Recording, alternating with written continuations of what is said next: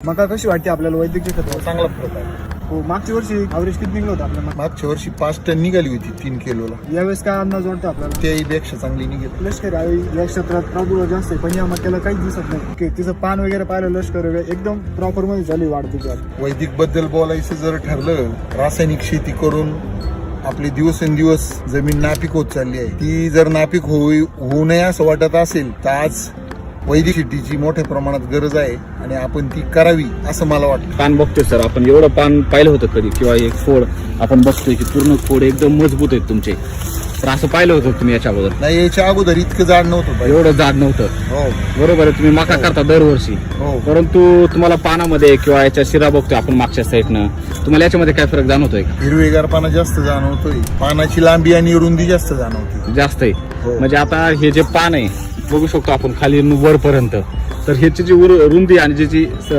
लांबी ही जास्त आहे. हो, दरवर्षी काय समस्या याच्या मकामध्ये दरवर्षी वाढ कमी जास्त प्रमाणात व्हायची, एकसारखेपणा नसायची. नसायचा?